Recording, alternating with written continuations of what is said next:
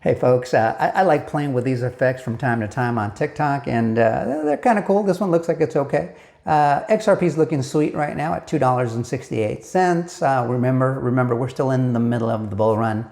And I just want to address a little something. There's a lot of people who wonder, and some that are just fudsters or Bitcoin maxis that like to say things like, well, you know, they don't even use XRP, or they don't need XRP, or they have RLUSD now, XRP's done. I'm going to let you guys hear it from Big Bad Brad Garlinghouse himself. The big man speaks loudly about this. So is David Schwartz, the CTO of Ripple. So is Monica Long, the president of Ripple, and basically the entire cast. XRP is at its center because RLUSD, their native blockchain is the XRP ledger. You need XRP to run a transaction through there every time you need to spend or receive RLUSD. Same thing with anything that's tokenized on the XRP ledger, whether it's gold, whether it's real estate, intellectual property. Any transaction that occurs on the XRP ledger requires XRP. So it's going to be needed, and it is at the core of their business model. And this isn't the first time that Brad's addressed this, but he's recently put out a video discussing it.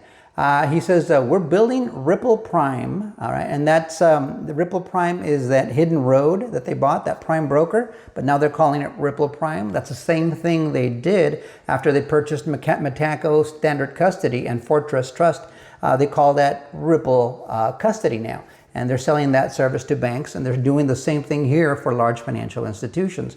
They're using the billion-dollar purchase of Hidden Road, now called Ripple Prime, to service those institutional customers. And he says it's a one-stop prime broker for institutions, and XRP sits at the center. And then you see the little rocket ship with trillions. Exactly. There's going to be a ton of volume going through on that XRP ledger via that new service that Ripple offers to institutions. So let me let you hear it from him in his own mouth, but this and much other information I look at always points in the same direction for me. It always tells me that they're building out that ecosystem that makes sense. And some people are even referring to it as the Federal Reserve 2.0. It could be, you never know, but the bottom line is we need to come up with a system, a financial system that works for everybody.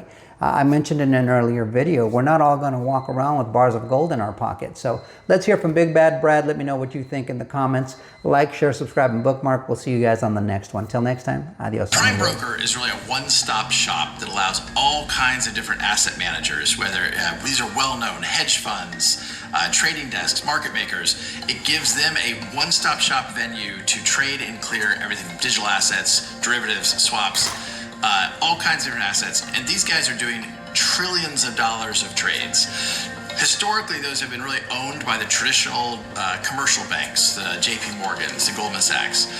Banks now don't do, well, new players like Hidden Road, a company Ripple bought recently, is new to this space, and they're growing very quickly by serving that same market, but also including digital assets as part of the mix. Having a well-capitalized and a super strong balance sheet player like Hidden Road is allowing more institutions to come into these asset classes against a well-capitalized counterparty, and that is prime brokers bringing people into crypto and one.